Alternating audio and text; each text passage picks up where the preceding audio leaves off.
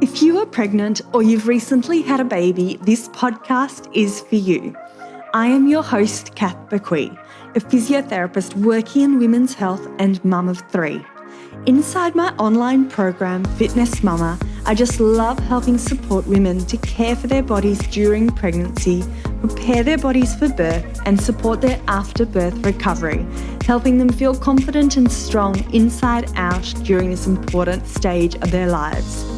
In this podcast, join me each week as we dive into all things pregnancy care, childbirth, and postnatal recovery, helping you through every step of the journey.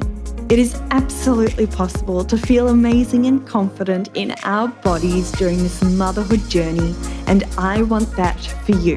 Come and say hi to me on Instagram @fitnessedmama, and let's dive into today's episode. Welcome back to another episode of the Fitness Mama podcast. So today I want to discuss 5 ways to prepare your pelvic floor for birth. And even if you're having a cesarean birth, this episode will still be relevant for you. Perhaps not one of the points, but the other 4 out of 5 will still be relevant for you.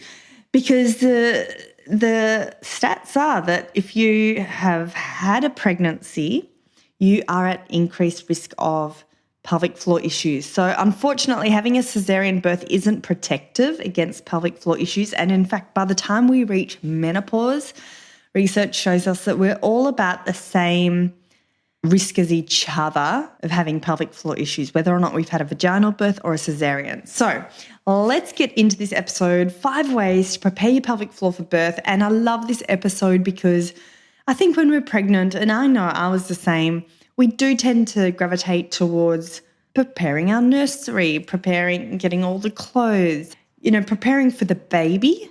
So if we can just take a little bit of attention towards ourselves and ways to help prepare our pelvic floor for birth, and importantly, why we need to do this or why we should consider doing this, then I think that's amazing. So before we do dive into this episode, if this resonates with you and you would like support to help prepare your pelvic floor for birth, I invite you to come and join us inside Fitness Mama.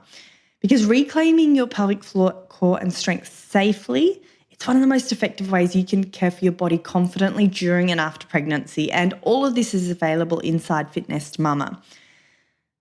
So join us for short, easy, convenient workouts that you can do from the comfort of your home. Prepare your pelvic floor for birth with confidence and recover after having a baby so that you can get back to running around with your kids at the park, running the next marathon, or just feeling good inside out, feeling that inner strength. So head to fitnessmama.com. There is a free trial available.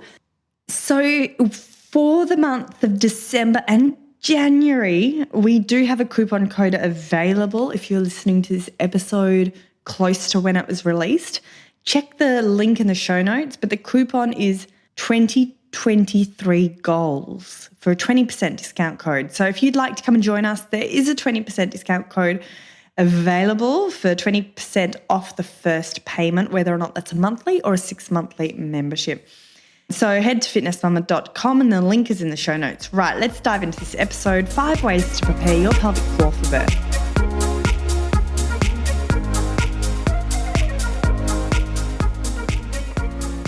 Right, the first way to prepare your pelvic floor for birth is to identify any issues early. So perhaps you're pre-pregnancy or you're during pregnancy, your first step is to identify if you've got anything that needs attention. So I do have a checklist available, a pelvic floor checklist, which is a super easy yes/no question answer, but just check the link in the show notes for this checklist. It's a free PDF download. But pretty much we're wanting to identify if there's any pelvic health concerns that we need to get on top of. So any incontinence, any prolapse, any sexual pains, any bowel issues, any aches or pains around the pelvis in general, there's some of the things to consider. So if you find you're leaking, when you're coughing or sneezing, I really highly recommend you have a pelvic floor assessment and get yourself onto a management plan as soon as possible. Okay, the second one is focusing on your pregnancy fitness. So working with where you were at. I think this is one of those things when you're pregnant, there's a lot of obstacles, and I totally remember. So whether or not it's you're nauseous, or you've got aches and pains, or you're working full time and you've got a toddler, like there's a lot of obstacles in the way to helping us support our pregnancy fitness. So my recommendations are really do work with where you're at in your stage of pregnancy.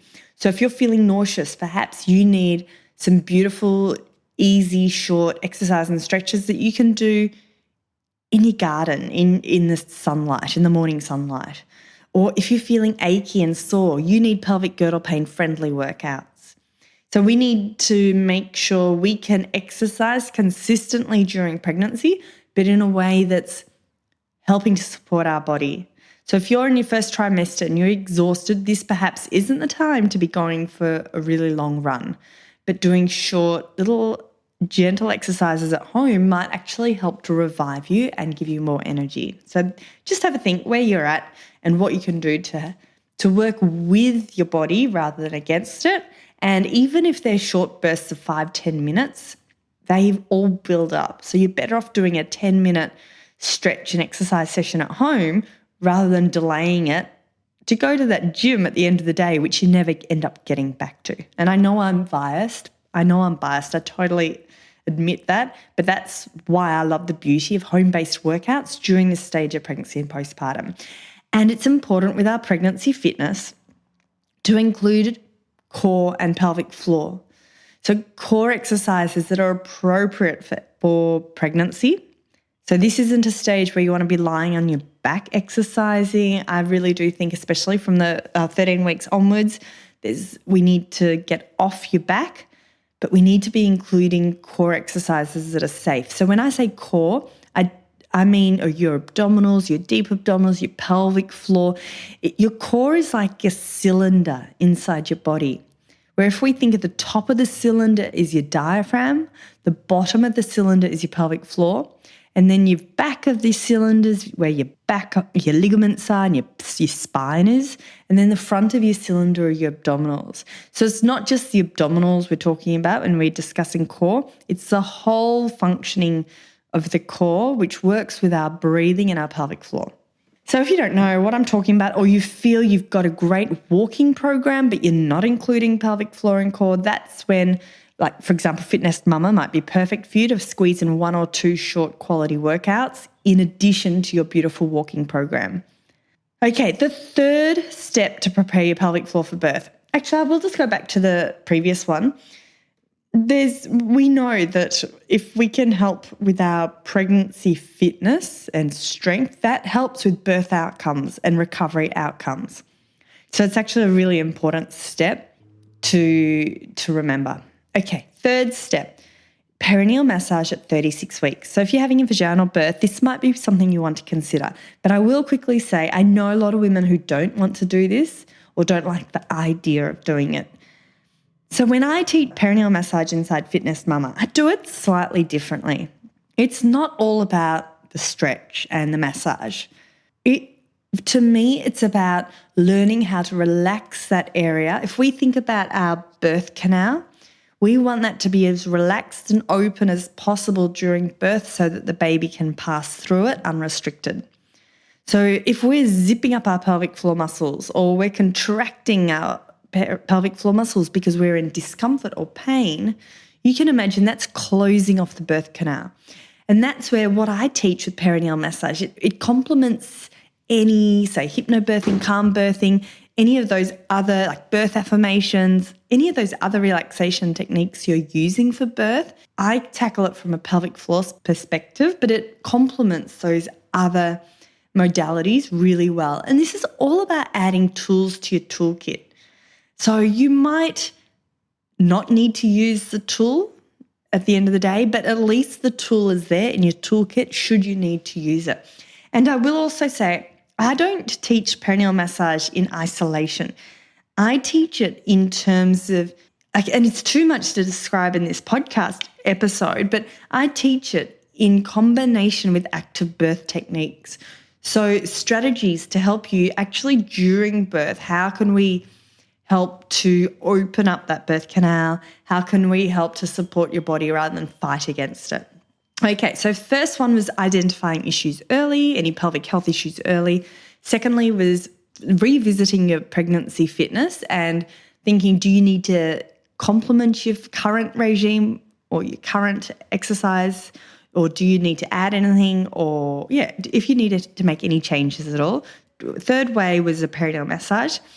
The fourth way to help prepare your pelvic floor birth is actually to arm yourself with information about your afterbirth recovery when you're still pregnant. So don't wait until you're in the thick of it with a newborn, you're sleep deprived, you're learning how to breastfeed and your baby's crying and all those sorts of things. If you can arm yourself with some really simple tips and tricks when you're still pregnant, then it can make it a lot easier to help support your afterbirth recovery. And again, I have got a whole podcast episode on this, so I'm linking it below. I'm not going to go through it all now, but there are lots of easy things you can to help to support your afterbirth recovery.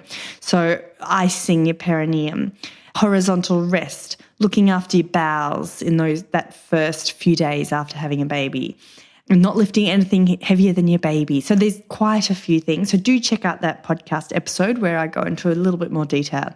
And then the fifth, the last but not least, is setting yourself up for postnatal rehab. So postnatal rehab doesn't have to be complicated or expensive or time-consuming. This is exercising the right way after having a baby. So just think, I liken this to sports injuries.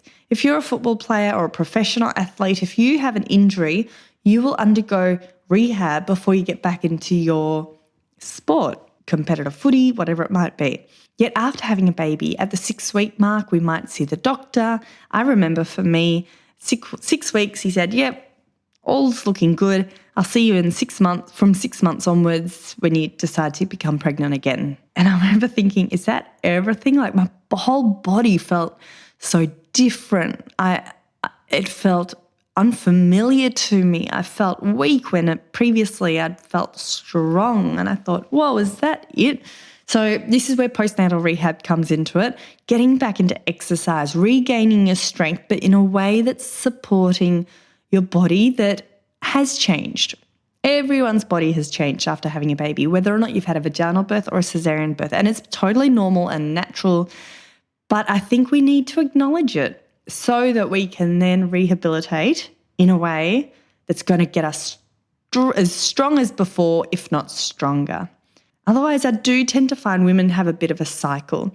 Let's say after having their first baby, they don't really focus on their afterbirth recovery, and then life gets in the way. Then they get pregnant with their second. They're already starting from a lower baseline of strength, and they might run into issues with pelvic girdle pain. Then again, after having a baby, they've got 2 children and they might not be focusing on their recovery, and then they get pregnant with the third, and then menopause hits, and it can be a little bit of a slippery slope. So I really do think, as I said, it shouldn't actually be hard, time-consuming. It should all be done in a way that slots into your lifestyle, it feels easy to you and achievable, and that's how we achieve our goals. So that's it, ladies. 5 ways to prepare for your pelvic floor for birth. If you would like support in doing so, join us inside Fitness Mama. There is a coupon code that's not going to be active for very long. It's December, January, and it will give you 20% off the first payment. But otherwise, if you're listening to this down the track, there is a 7-day free trial. So you've got nothing to lose, everything to gain. Would love to support you with your pregnancy, fitness, and postnatal recovery. That's it, ladies. Have a fantastic week, and I'll see you next week for another episode of the Fitness Mama podcast. Thanks for listening to the Fitness Mama podcast, brought to you by the Fitness Mama freebies found at www.fitnessmama.com/free. So please take a few seconds to leave a review, subscribe so you don't miss an episode, and be sure to take a screenshot of this podcast, upload it to your social media, and tag me at FitnessMama so I can give you a shout out too. Until next time, remember, an active pregnancy, confident childbirth, and strong postnatal recovery is something that you deserve. Remember our disclaimer, materials and contents in this podcast are intended as general information only and shouldn't substitute any medical advice, diagnosis or treatment. I'll see you soon.